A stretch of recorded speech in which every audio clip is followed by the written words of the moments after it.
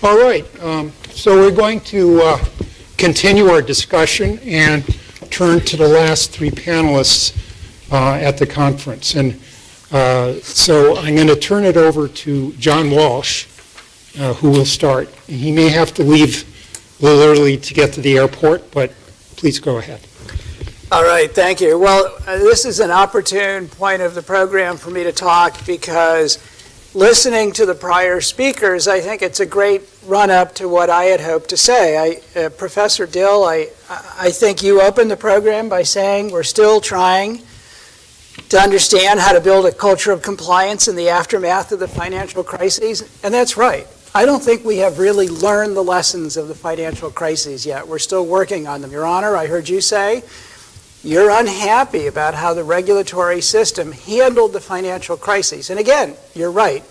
It's a good question, I think, whether it was a failure of will or nerve or method, or whether we're dealing with something more fundamental in how the financial community has changed in the current environment. Chuck, you were saying that you thought that we're getting diminishing returns out of rules. We are. There's no question.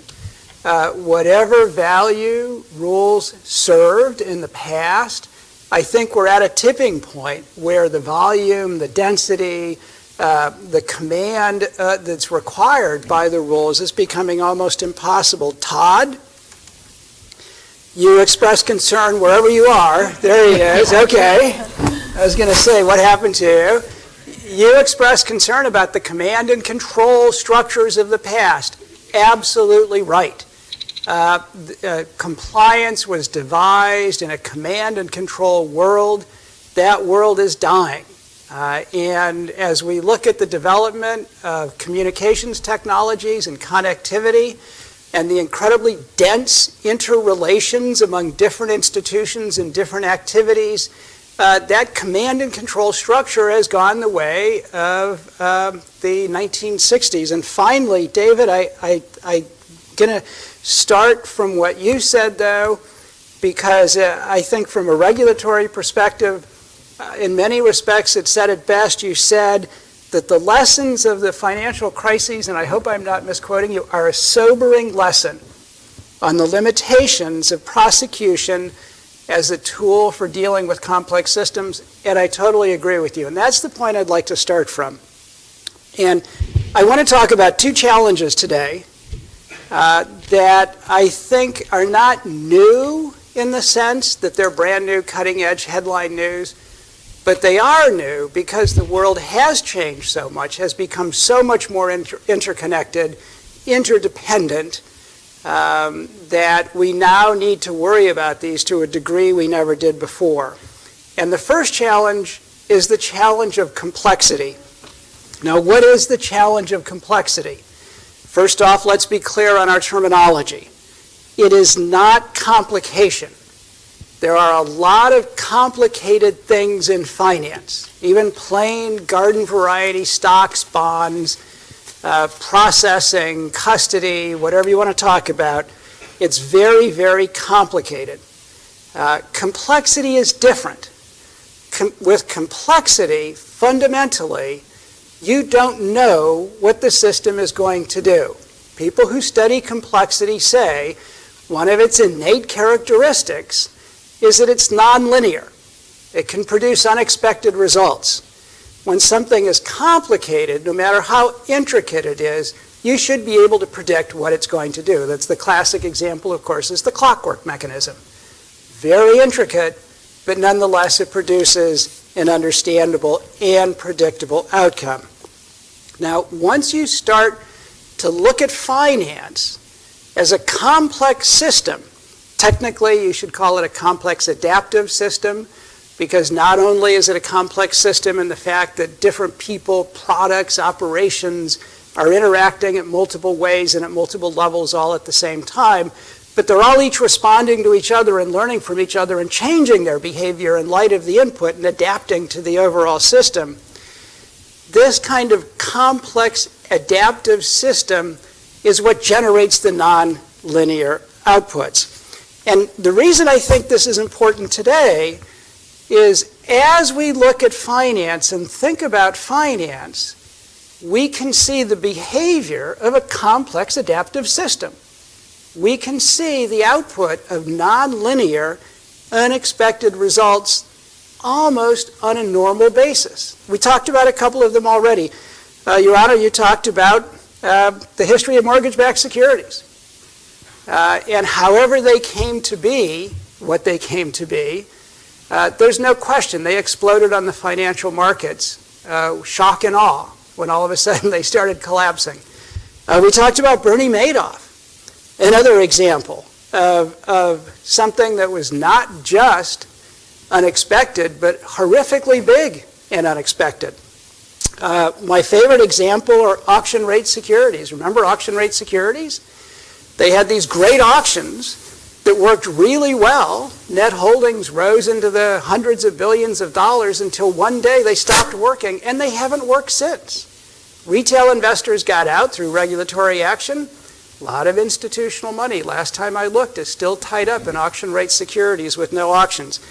In all of these cases, what has happened is that something has suddenly exploded into the market, something very bad and damaging.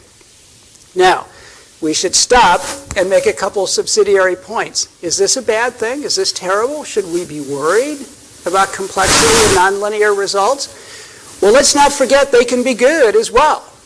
It's the same kind of complexity that produces nonlinear outcomes that leads to innovations. New technologies, new strategies, new products. Our friends here in Chicago, I think in particular, have played a role in a lot of the more positive aspects of these nonlinear developments. So when we say that, gosh, this is a terrible thing that we're getting these nonlinear outcomes, we always have to remember they can be both good and bad. Second subsidiary point, every time one of these nonlinear results explodes, there is a debate. Should it have been predicted? Should people have seen it coming? This is a challenging exercise to be able to say, I can look at the current normal and predict how at some point in the future this entirely different reality is going to emerge. The auctions are going to stop. The mortgage-backed securities are going to fail, even though they're among the highest rated securities that are out there. Well-known financial professional is actually involved in fraud. That's a really tough challenge to say, make that prediction. Every time one of these happens, people say, should it have been predicted? Best example, I think, is the Financial Crises Inquiry Commission. After the financial crises, Congress established this commission, which was well-funded, was staffed from the highest levels of our society, went out and studied the financial crises, and do you remember how it ended up? Acrimony, disagreement, multiple reports, dissents.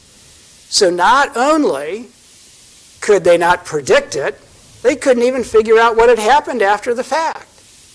And the takeaway for me is, if those people in a blue ribbon commission after the fact can't figure out what happened, well, it's a pretty tough assignment to say to a compliance professional, you should figure out what's going to happen. Unlimited facts, and before it's even taken place. So back to complexity versus complication. If we look at the world we're living in, because of this density that we have achieved in interconnections as a complex environment, I think there's good basis for doing that. I don't know when it happened. I don't know when the transition from the old complicated to the new complex took place. I have heard some people say it's not that some firms are too big to fail, it's that they're too connected to fail, and that the results of their failure are too difficult to predict, and that's what people are talking about. But the reality is, I think we all need to recognize in this new, interrelated, complex environment, surprises are going to be the normal. And I think both compliance professionals and regulators need to adjust to this.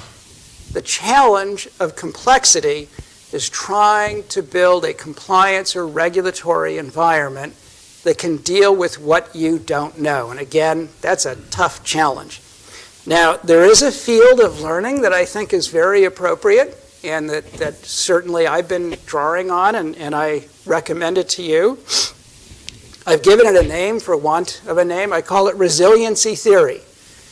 Some people call it sustainability theory, and there are other names. Basically, it came out of ecology. And ecologists asked the question, why do some ecological systems successfully resist really serious attacks where others collapse at much lower levels of stress? And their study of this is what has led to resiliency thinking. In the early 21st century, within the last few years, people have started taking this thinking and applying it to other areas, including finance and banking. Part of what I'm talking about here is my effort to take it and apply it to compliance and regulation. The most powerful example of this, I think, was an article published in 2008 by three gentlemen, Robert May, Simon Levin, and George Sugihara, in the journal Nature. And their article was entitled, Complex Systems, Ecology for Bankers. It's short, it's thoughtful, I highly recommend it. If you read it, if you want to recreate the impact it had on me, imagine you're reading it when it was first published back in 2008, and the world is coming to an end, and major financial firms have already collapsed or are on the verge of collapsing, and you pick up this article, and let me read you a quote that gives you some of the flavor. Quote, an analogous situation, they said, to these crises exists within fisheries management. For the past half-century, investments in fishery science have focused on management on a species-by-species basis. Analogous, they said in a parenthetical, to single firm risk assessment.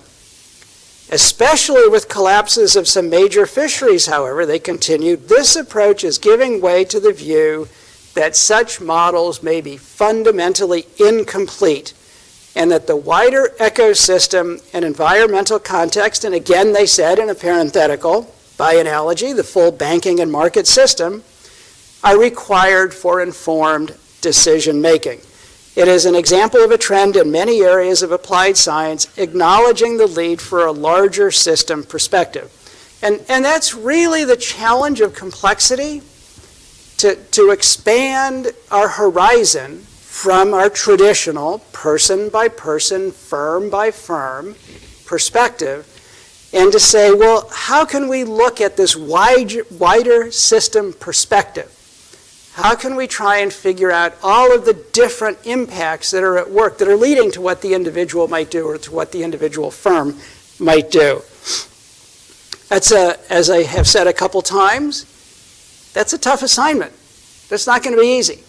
And we're really just at the beginning stages of it. But I would like to propose some thoughts, and I put them out there for future consideration. I think, Chuck, you mentioned your thoughts were at an initial stage of formulation. Well, I'm right there with you.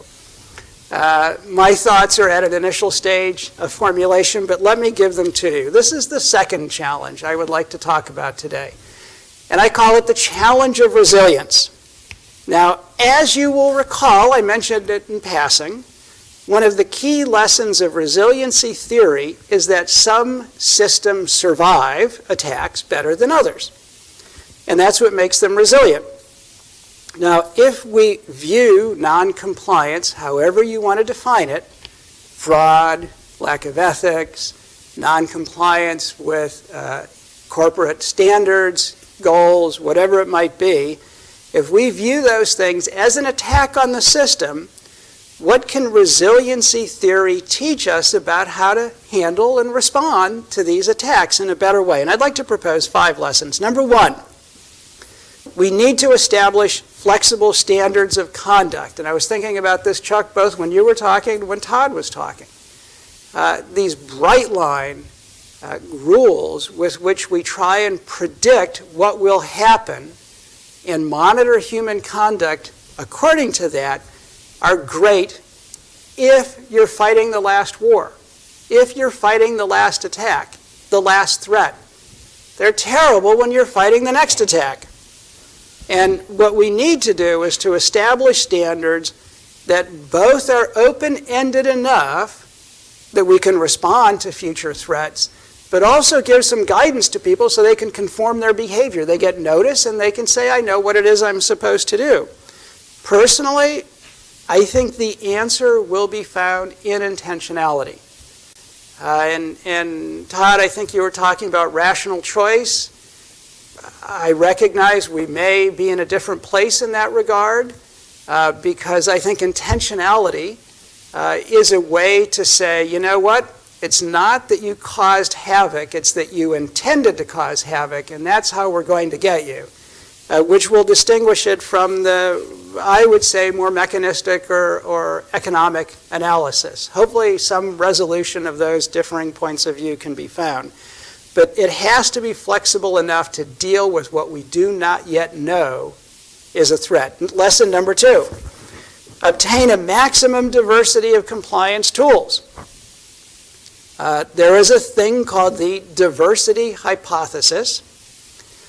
And the diversity hypothesis says if you want resiliency, more diversity is better. On the other hand, monocultures, groupthink, anything that takes away diversity reduces resiliency. Now, taking this and looking at compliance and regulation, I personally think one of the problems we've had recently in regulation is we have developed monoculture-like thinking about how we regulate. I think, for example, the SEC's program of broken windows enforcement, in which the solution to every problem was an enforcement action, I have serious reservations about that. Because I think that's a classic monoculture kind of thinking. And it's ironic, it has all of the consequences of a monoculture. One, it leads to record-setting yields. The SEC last fall announced a single-year high for enforcement actions. That's what they get when they have corn, wheat, other monocultures. How's it working, though? Just like any monoculture. In its request for fiscal year 2017, the SEC said it needed more funding because the enforcement program could not keep up with developments in the regulated industry. And more firms, it said, were resisting its oversight. Well, the inability to keep up with fast-moving environmental changes and increasing resistance in the environment are classic negative effects of a monoculture approach. So what should we see here? I actually think regulators should not be ashamed to consider non-enforcement tools for addressing problems. Enforcement should be there, jail time at the top, civil enforcement in the middle, but there should be as wide a variety as possible, both for regulators and compliance professionals, so that low-level tools for low-level problems, middling-level tools for middling-level problems, and big, serious tools for big, serious problems. And, you know, just as a personal note, when I was a regulator, I always had this intuitive sense that I wanted to have as many tools as possible, that was a good thing. And I was really pleased later to find that that intuition was supported by resiliency theory. So maybe I'm biased in my reaction to resiliency theory. Lesson number 3, establish compliance and regulation as a learning system. This is not just learning. It's a very particular kind of learning. It's learning about the unexpected. How are you looking for the attacks? How are you looking for the patterns that are nonlinear, that you're not prepared for, that you really don't have any idea will be there? Again, tough assignment. It's not an easy thing. And I think this is an area that we all struggle with. Regulators over the last few years have tried the method of trying to get their hands on raw data. In the Dodd-Frank Act, for example, the SEC asked for enhanced surveillance authority so it could get raw data out of firms, passed the House, not the Senate, unfortunately. FINRA tried recently with enhanced surveillance through the CARDS program. That didn't work so well. The problem is, if the only surveillance, and this is something that I think compliance people in-house get as well, if the only answers you get are the questions that you formulate in light of the threats you know. You will never learn the unknown that you need to know to be resilient. Tough, tough call. And I'd say this is something we all need to stay tuned for. Lesson number 4.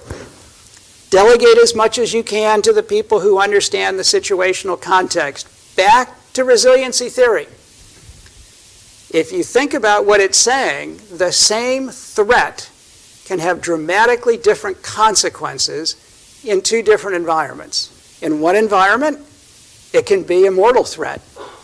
In another environment, in a more healthy system, a more diverse system, it can be a minor problem that's caught and fixed and remedied and everybody moves on. How do you know which is which? How do you say this is mortal or this is really a small matter that can be handled? Generally, you have to rely on people who understand the contextual reality in which the threat is taking place, which from a regulatory and compliance perspective raises the question, how much do you trust their judgment? Because I can guarantee you there will be breakage. People will slip up. They'll trust too long. They'll underestimate or they'll overreact. And I fear that if compliance recommends per se after the fact punishment as a regular result of these kinds of mistakes, or regulators recommend per se enforcement actions after the fact, it's not just that it's not a nice thing to do, but it could actually undermine the resiliency of the system that we're trying to enhance. We're trying to get local people, and there was some discussion on the last panel about getting local people in the business, in the firm, mobilized, and serving, having their judgment directed toward compliance. And you want to encourage that. And then lesson number 5, and I appreciate your patience, I'm afraid I'm going a bit long here. Lesson number 5, shift from incident response to system stewardship. One of the most powerful concepts to come out of the people who study complex adaptive networks is a thing called network effects. And a network effect takes place when participants in the network change their behavior to conform to what other people are doing simply because other people are doing it. And this is something that has been clinically shown to have tremendous power. Now, unfortunately, today, compliance and regulation is based almost exclusively on incentives, usually bad incentives. Step out of line and we will punish you. The business side, of course, has positive incentives. Do well and we'll pay you well. But if network effects are true in a complex adaptive network in this incredibly interrelated world we seem to be growing into, well, how can compliance and regulation enhance these network effects in a way that actually generates this much more powerful social mechanism of conformity through desire? And frankly, I think this may end up being the toughest part of all. How do we get the system going to generate these kind of norm-setting behaviors? It's easier to say what not to do. For example, if a case induces compliance professionals to stop looking for information because they're worried they'll get in trouble with what they find, well, that's negative norm setting. That's actually generating a bad outcome. If a case convinces the regulated community that the regulator brings trivial cases, well, that's negative norm setting, because that'll convince the regulated community that it should not respect the overall program, even when it's doing good. And the list goes on. How to find positive norm setting that establishes good, self-perpetuating norms, a lot tougher. But the advice, I think, for everyone, compliance and regulators, is everything you do, everything we do, you have to ask yourself 2 questions. A, how will this look?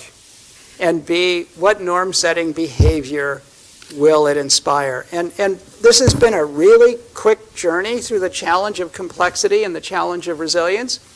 But I sincerely agree with the people who are saying our old command and control environment is gone and the tools we've been using for decades just don't work anymore.